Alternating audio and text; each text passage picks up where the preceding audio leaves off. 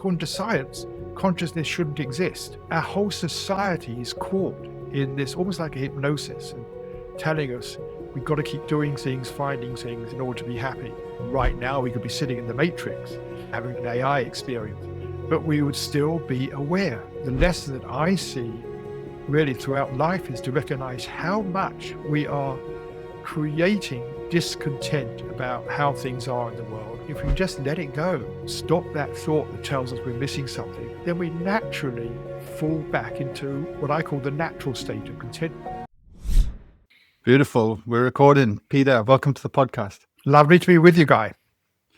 Peter, I've been digging around your website and absolutely fascinated to the depth of work that you have done. And I have no doubt this conversation could go in many, many directions today.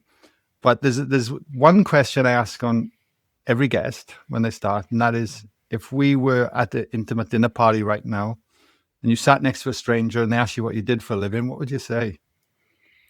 What I normally say is I don't know how to describe it. What I do for a living, I share my own truth through writing, through giving workshops, teaching.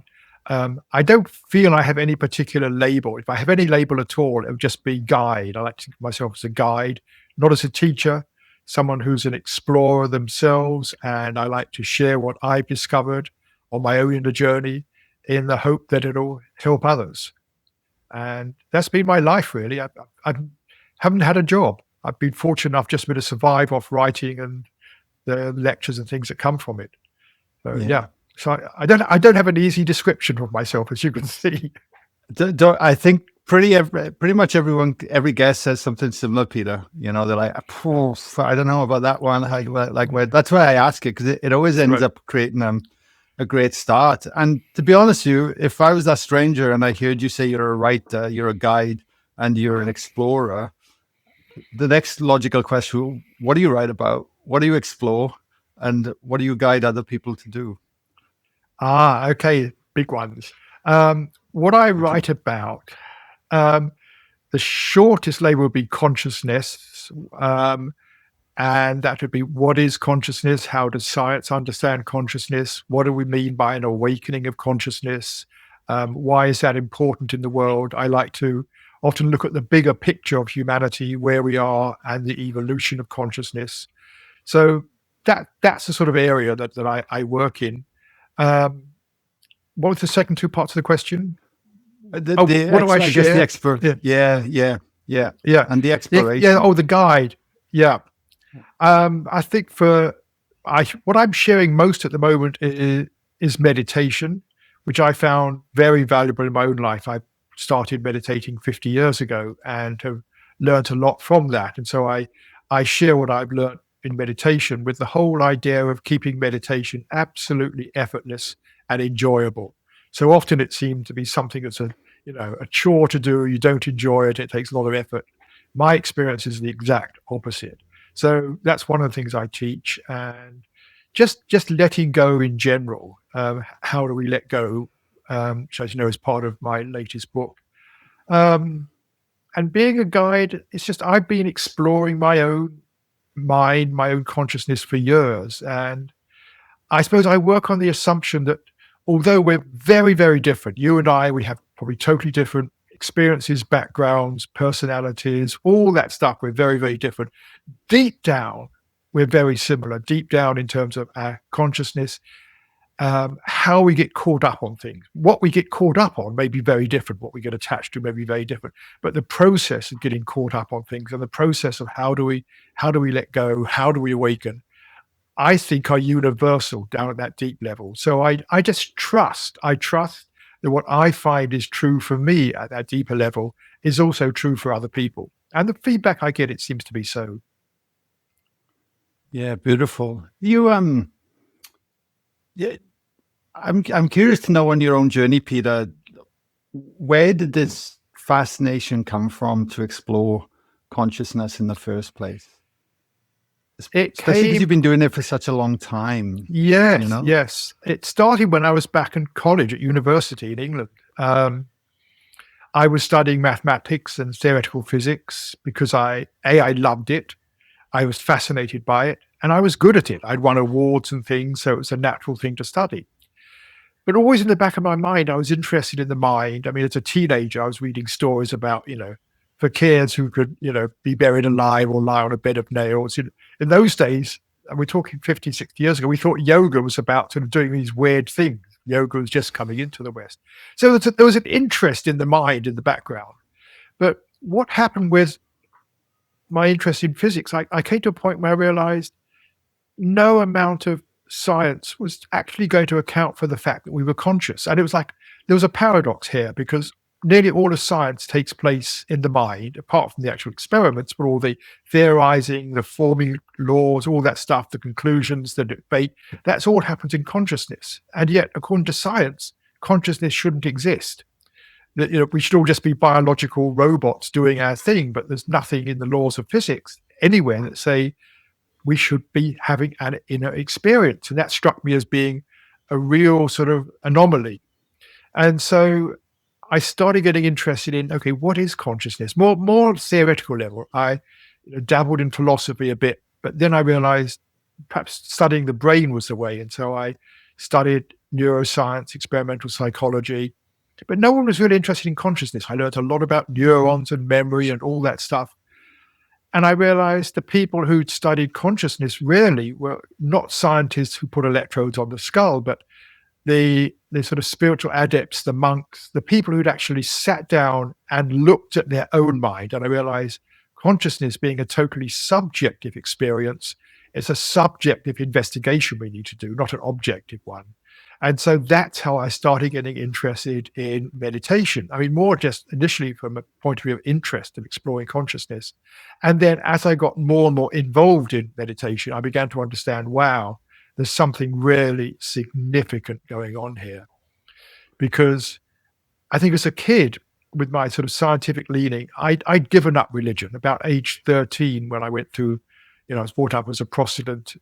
You go through the sort of age 13, the process of confirmation, at which I was told, the Nicene Creed was something I should believe. It was a creed. It was a belief system. I thought, what? I can't believe that stuff. And so I just left religion behind. But what I began to realize as I delved more and more into studying meditation was there was something behind all the great religions. There was a very basic key element there, which was really talking about how we get caught in, you could say, materialistic or self-centered modes of consciousness, how that hinders our full potential, how it interferes with our relationships. And they were all in one way or another offering paths to begin to let go of that old mode of consciousness and sort of awaken to our true self, if you want, those different ways of putting it. And so that's how I became interested in the actual, what is going on here, the actual nature of consciousness and my own consciousness. And that started me off on the journey of that inner exploration.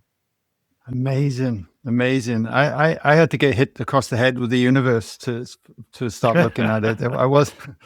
It never even occurred to me for like 30 odd years of my life, Peter. Yeah. I want to ask you, for me, what feels the next question. I'm thinking of everyone listening to this as well, and I don't know if you can probably take 10 podcasts, but how do you summarize with all your years of experience and studies, and like you say, you've been looking at this for 50 years. Like, how would you actually summarize the conclusions you've come to so far of what is consciousness? Okay, the biggies. I think the question is wrong. What is consciousness? Okay. I'll tell you why. The word consciousness is wrong because it's a noun. And when we add N-E-S-S to a word, we're taking an adjective and we're creating a sort of an abstract noun in order to talk about it. So, happiness isn't actually a thing, but it's a way of talking about being happy. And we all know what being happy is, or being sad, or, softness is, we know the quality of being soft. So I don't think when we talk about consciousness, what we're really talking about is the state or quality of being conscious. And I think that's a very different way of looking at it, because we all know what it means to be conscious. We all experience that, the quality of being conscious. It's the one thing that's always there behind every experience. And so if you reframe it that way, instead of asking, what is consciousness, which puts us into a subject object thing of trying to define something out there, which is what science does, I think, a lot of the time with consciousness, which to me is the wrong approach. It's saying, okay, there's something out there called consciousness, which we're trying to study, as opposed to saying what it's referring to is the very fact we all know for sure is that I am an aware being. And so that's when I talk about consciousness, I'm referring to the fact that we are all aware. And it's probably the one thing we absolutely know for sure. I mean, right now we could be sitting in the Matrix, but having an illusory experience or whatever, an AI experience, but we would still be aware. It's what is always there. And that feeling of being aware is the same as it was yesterday, last year, way back when I was a kid. It's always there. So that's what it's pointing to for me. So it's a personal, subjective thing rather than looking for some thing outside there. Okay. And would it be fair to say then that the more you kind of study the self, the more aware you become? And that then starts to change perspective, or? Difficult. I'm always a fiddler for words, so you'd have to excuse me. That's please. I don't think right. I don't think we ever become more aware because we're just aware. That's it. What we become aware of may change, but so we don't become more aware. I think I don't like that language in a lot of spiritual circles. Becoming more aware. We are aware, and it's just that's it. But what happens is what we're aware of changes, and we may become aware of aspects of ourselves that we weren't aware of before. So I think, as we explore the self, and for me, the way to exploring the self is actually by stepping back from the mind activity, thinking, all that mental activity, which takes us out of ourself. It takes us out into the world or into the world of thought.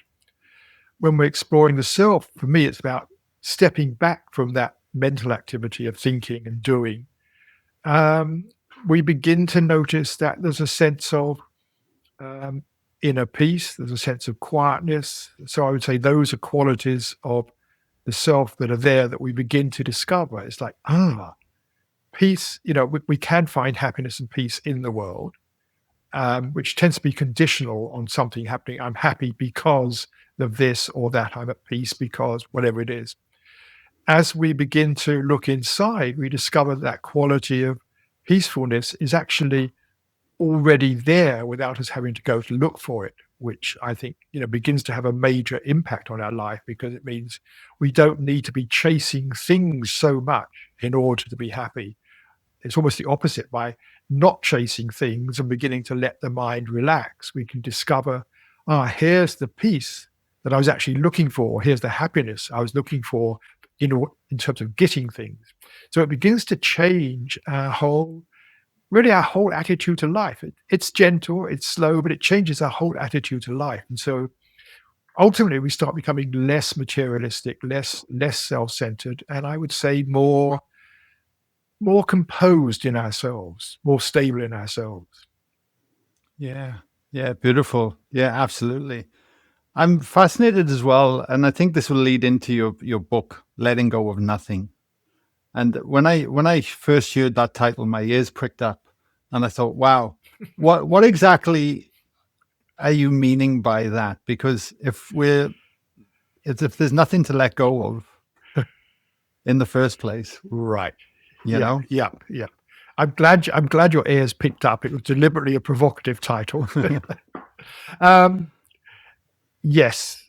What we normally think when we talk about letting go, we think, I've got to, first of all, I've got to let go of things. If you want to say you've got an attachment to money or something, we think, I've got to let go of money. And one interpretation of that is I've got to give up, finances. I've got to be a beggar or be poor.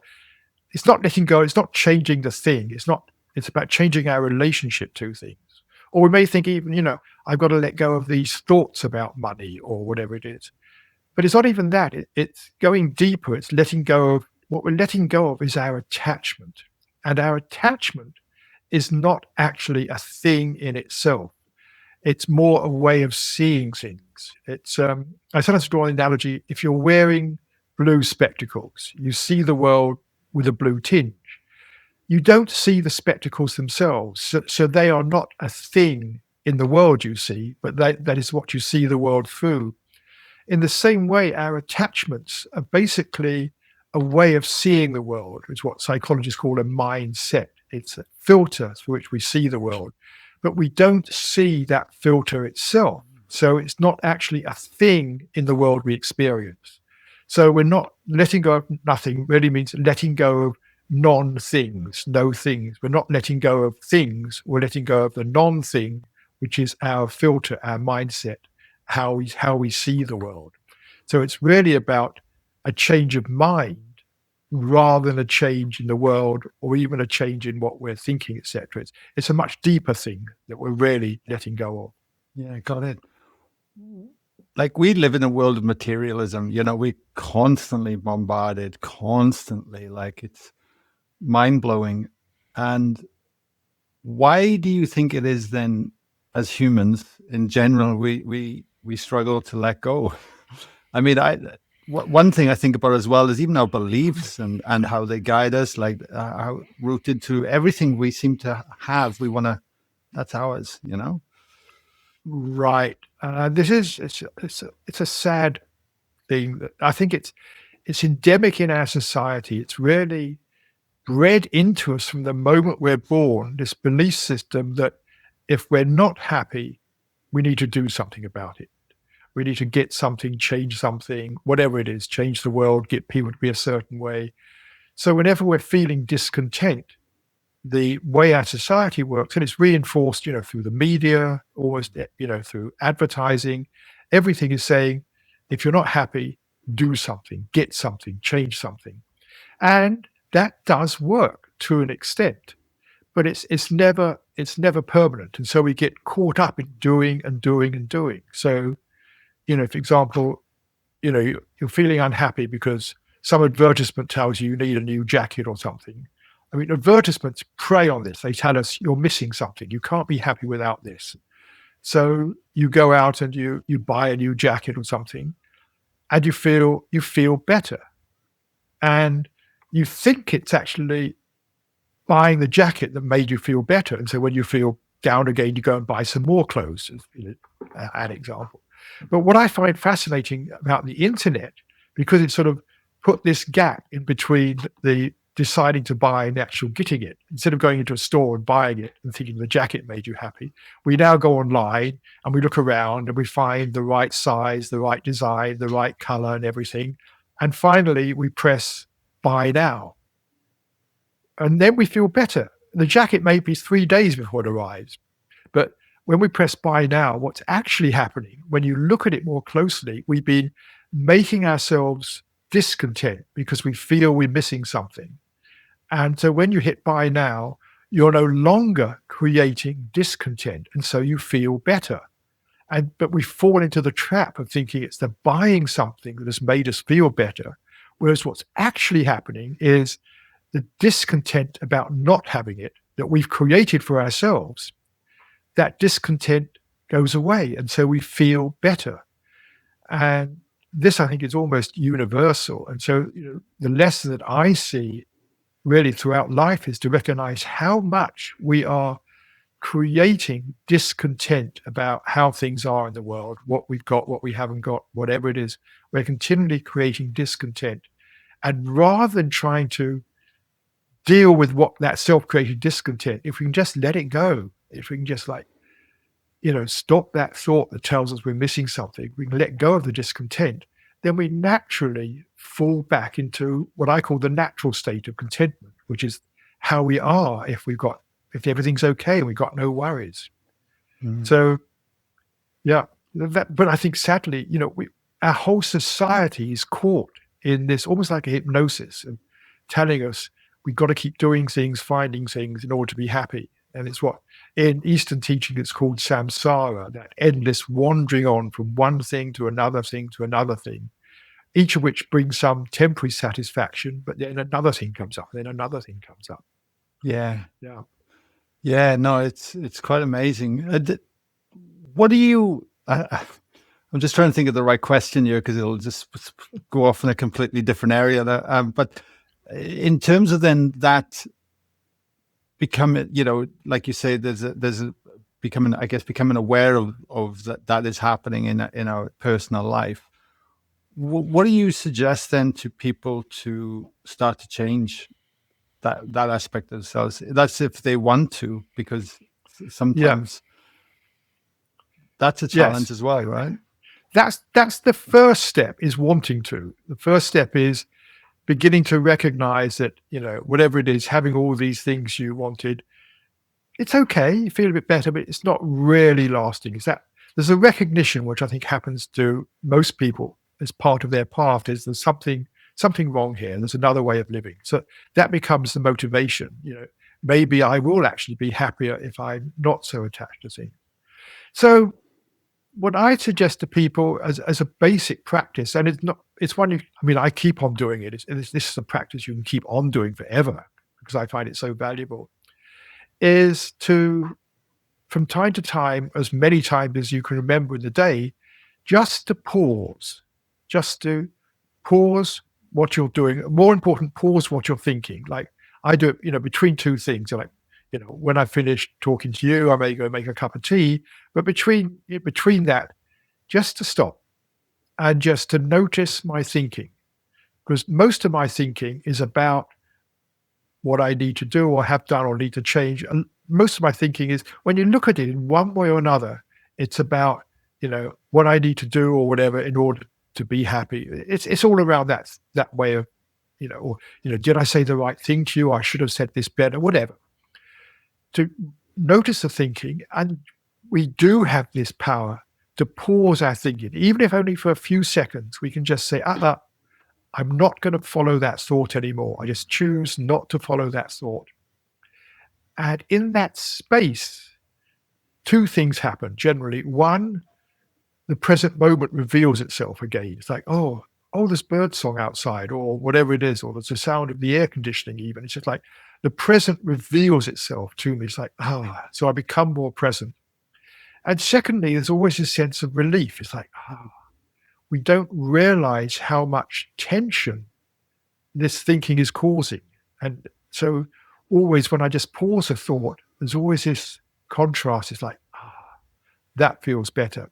And that's important because that becomes the motivation to do it more often. It's like, yes, I realize by just doing this, just pausing what I'm caught up on, I do feel better. I'm more present. And then, 5 seconds later, 10 seconds or whatever, minute later, you're off on something else. This isn't the solution to everything, but it's a practice. And the more we do that, the more we taste how it feels to pause our thinking, but also we begin to recognize deeper patterns that are going on, not just the surface thing of what I need to do, but we realize, there's a deeper sense of concern here. I can recognize that and just pause that. Mm-hmm. So that's a very basic practice, which, as I say, I think we can all do, and we get better at it. We get better at recognizing when we're caught up in some story, and also better at recognizing how it is. Like, yes, there is this sense of quietness. I can tune into that. Yeah.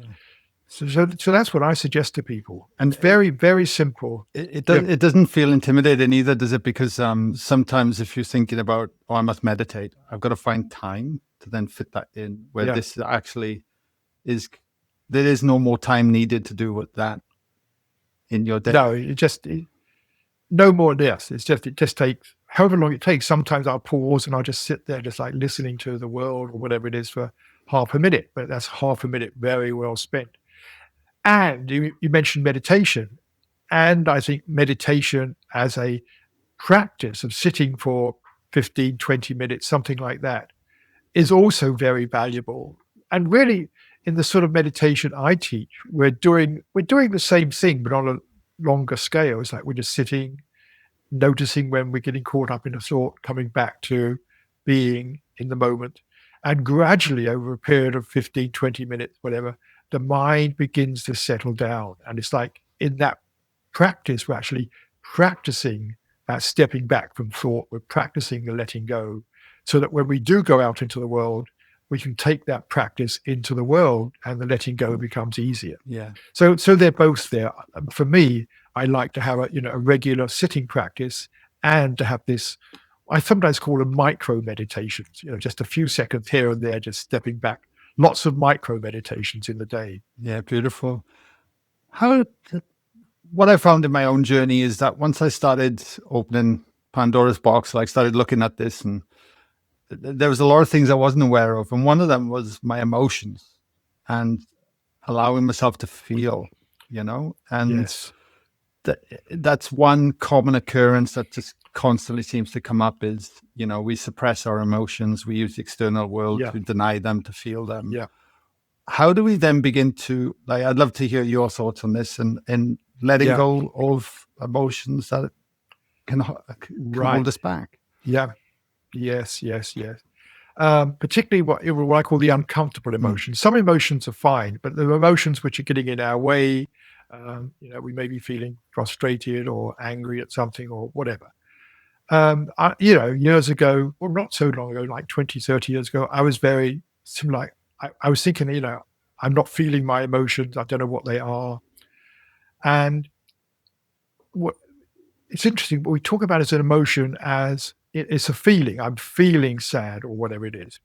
But feeling is also about the body. And what I learned is when there's some emotion, I may not be able to put a word on it. I'm just feeling uneasy about something. I don't know what it is. I'm just feeling uneasy for some reason. And rather than trying to put a label on it, which is actually going to the head again, it's going to the mind. It's like, oh, what is this? I'm feeling frustrated or whatever. Go to the body. It's like, because there's always some aspect, any emotion, there's something going on in the body in some way or another.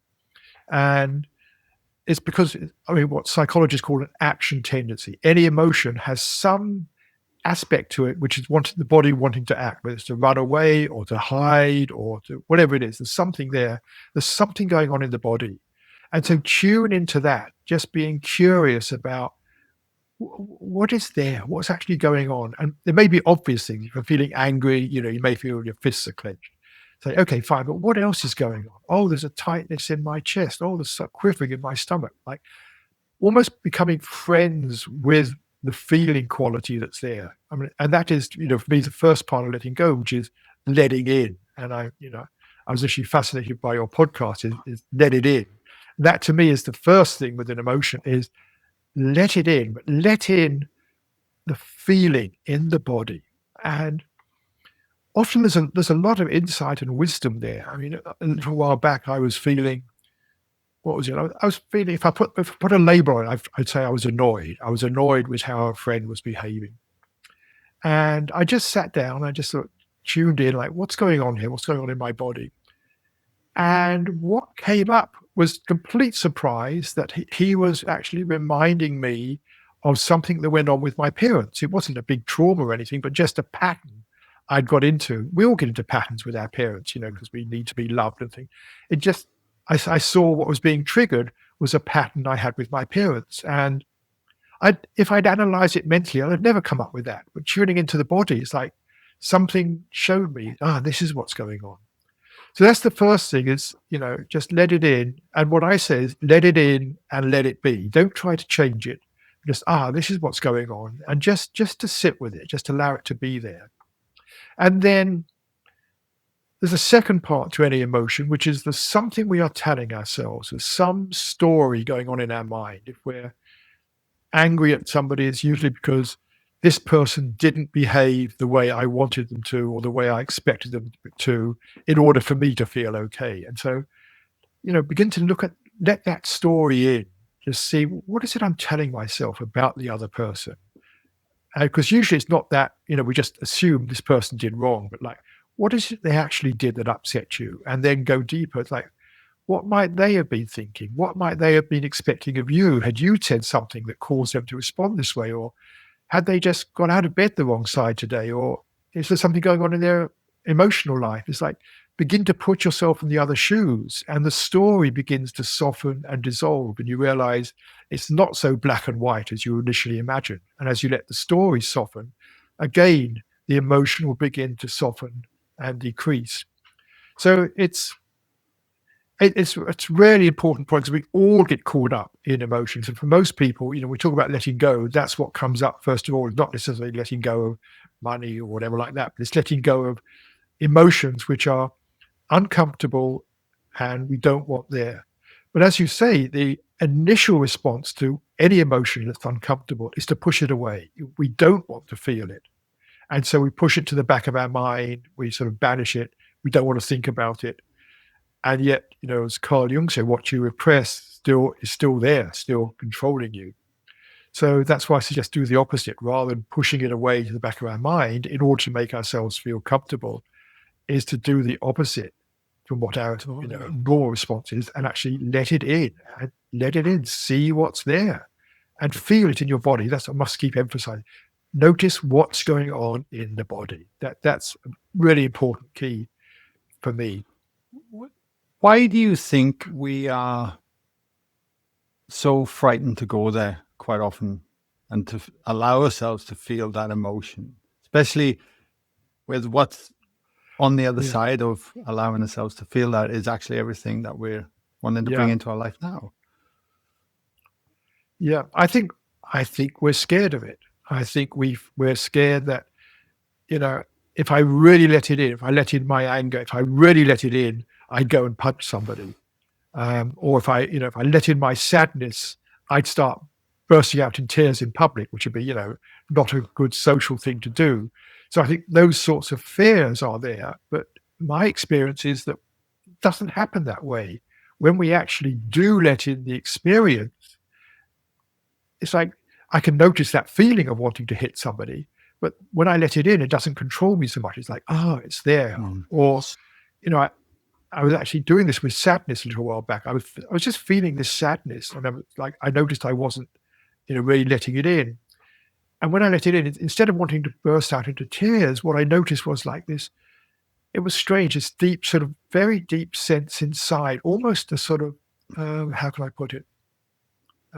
It was almost comforting. There was something going on in me, which I allowed in, which was almost comforting. So, the fear that I'm going to burst out in tears didn't come true at all. So I think it's just because, we're scared, we're socialized beings, we live in society and we want to behave well and fit in and don't want to do things which upset the apple cart too much. And so I think most of our fears are about that. Or even just if I really let it in, it would be too much for me. I couldn't bear it. And so I don't go there because I couldn't bear to feel this pain or this fear. But when you actually just separate, just feel what's going on in the body, there's no problem. That's what I find. Yeah, no, same. It's been a game changer for me, absolute game changer in my life. I got a question I got written down here because it caught my attention earlier, and it kind of leads into what we've been chatting about. But you said there's no such thing as ego, and the ego is that it gets thrown around a lot. We caught up in the ego, and it's right. Like I was just curious to know what you meant.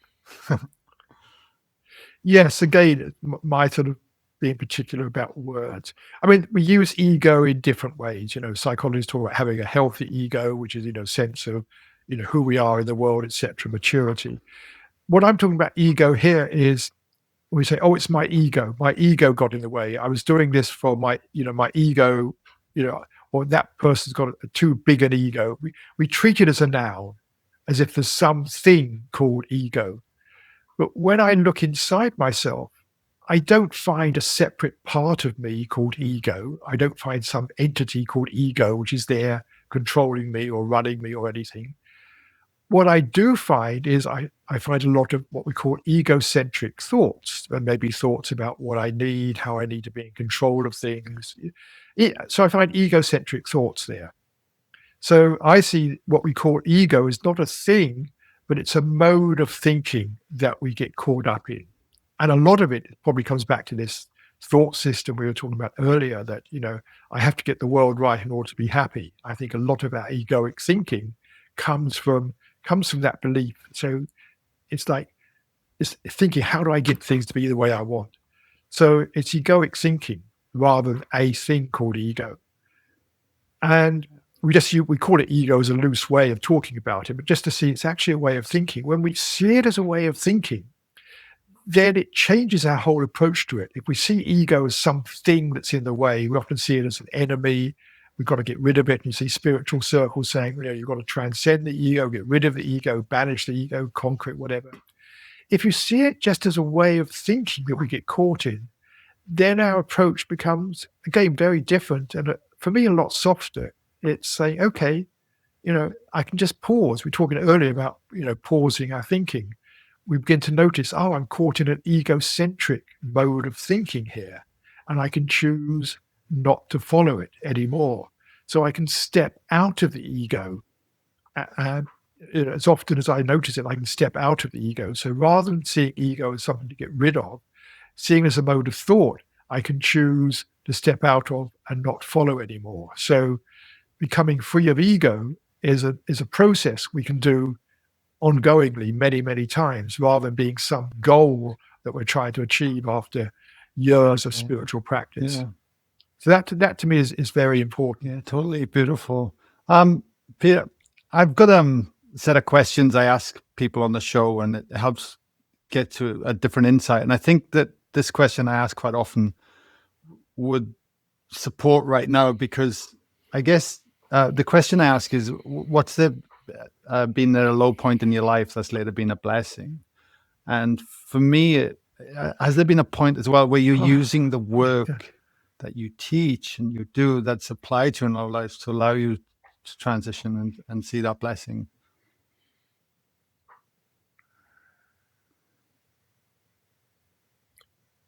I'm sure there have been. Nothing is immediately coming to mind. Let me just ponder a minute.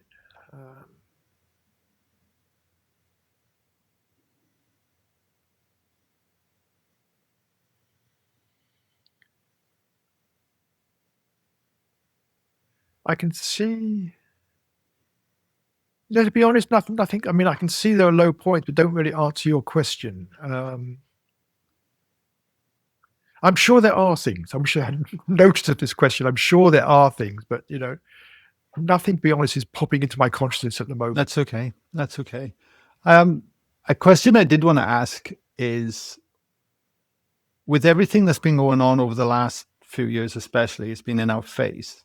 What are your thoughts of what's been going on, as in collectively, from I guess the vantage point that you might see things as?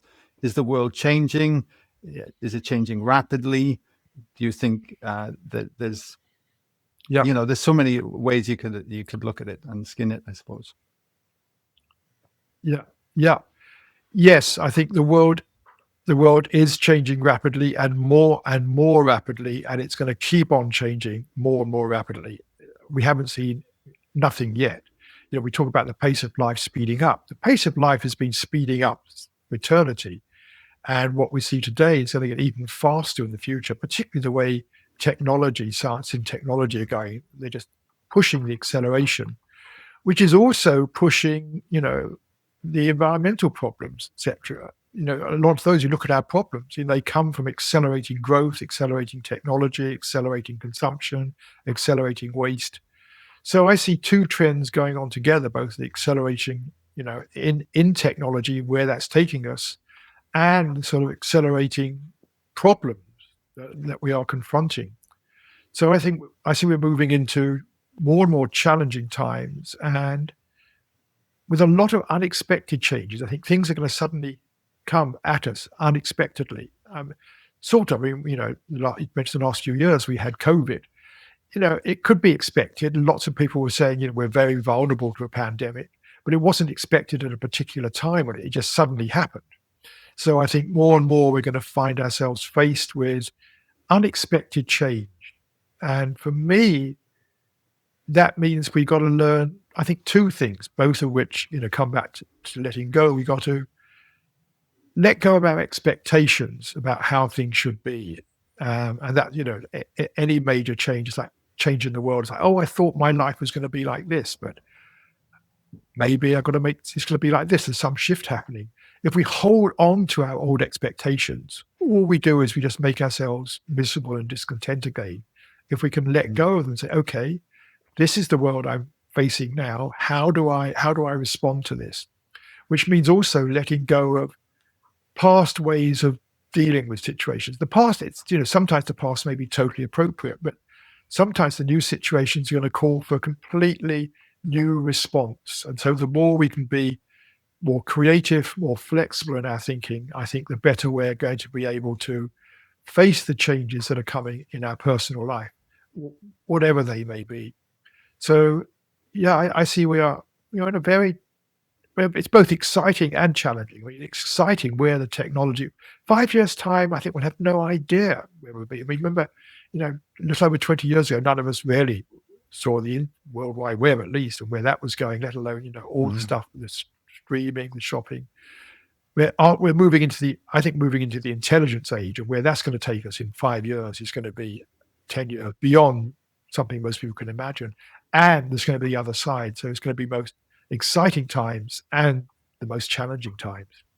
And more, the more we can, what we're talking about here is awaken and step out of our sort of more dysfunctional thinking, the better we're going to be able to be to manage that for ourselves. Yeah, I was going to say, it just really highlights the importance of everything that you've spoken about today, and allowing us to help navigate these times a lot better. I mean, on a personal note, we've had the pandemic. We've just had the biggest floods in history here in northern New South Wales, where I live. And if it wasn't for having really passionate intrigue into this work, I don't know how I would have coped, to be honest with you, and being able to see it from a different perspective. Yeah. Absolutely. So there's, yeah. And that's what it's about, is seeing things from a fresh perspective. Yeah. Personal question: what's your morning routine look like? Fairly simple. I tend to, first of all, I have a cup of tea or coffee, usually tea. Finding coffee's a bit much. And then I sit quietly, just checking in on myself, how I'm feeling, what the day ahead looks like, but also then just meditating a bit, just being quiet and just coming back to myself. That really sort of, it's important to do that rather than just rushing into the world. So to come back, here I am, just meditate and touch into that quality of beingness and the quietness that's there.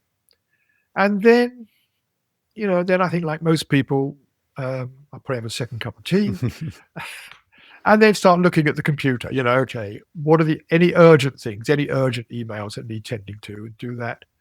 And then depending on the day, if I'm writing, I like to work the first half of the day. I find the first half of the day is my more creative time. So if I'm writing or got to do other things, I'll do those. And then generally sort of in the afternoon, more relaxed, I'll meditate again towards the end of the afternoon, unless I'm, something on gets in the way. Fairly straightforward in that sense. And nothing.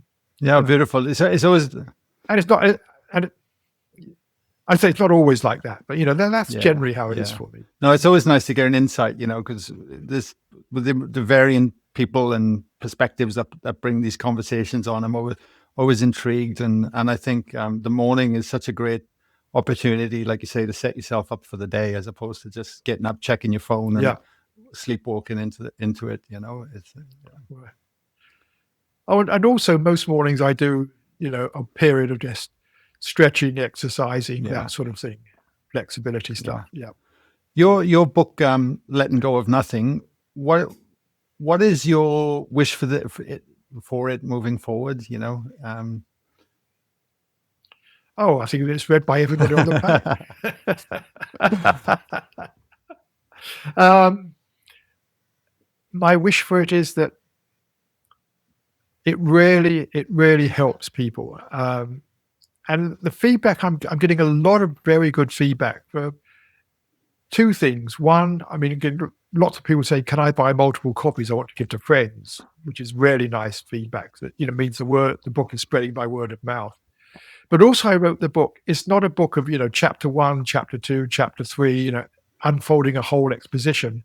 I tried writing it that way, but I was getting bored. I wasn't excited by it, so I let go of writing it that way. And then the way it turned out is, as just a series of sort of 40 or so little pieces, little essays, little pieces, which each one is sort of independent and has a point to it, and they sort of build on each other. But what this means is people can just dip into it, and many people said, I read this piece 3 times now, and each time it gets more meaningful. Because what I like doing is crafting stuff and making stuff very concise and tight. And so each of these pieces, I hope, is not waffly. It's almost the opposite. It's like very tight, and by reading it, you need to read it slowly. It'll sink in of what I'm trying to say.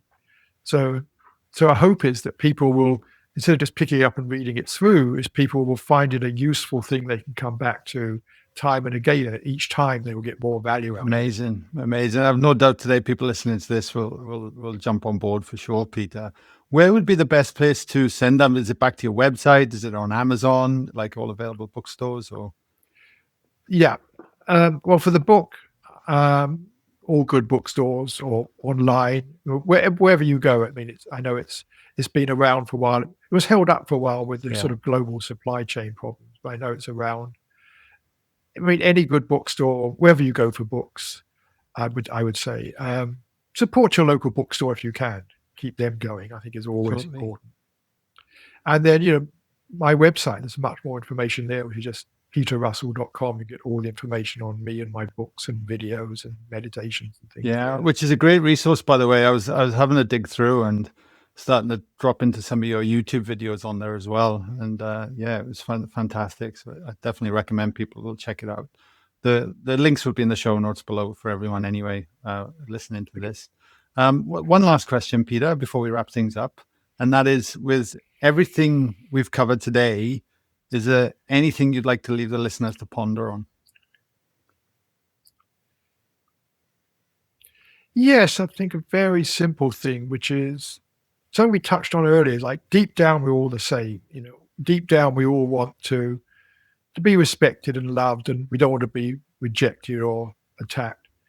And this, to me, is the golden rule in all spiritual traditions: is treat each other like you would like to be treated, which for me just comes up the word kindness. It's just the more we can be kind to each other, or even kind to ourselves, but the more we can be kind to each other is really taking care of another person's inner well-being. So I just like to always to emphasize that whatever you're doing, whoever you're interacting with, just think, how can I do this so the other person feels appreciated rather than attacked?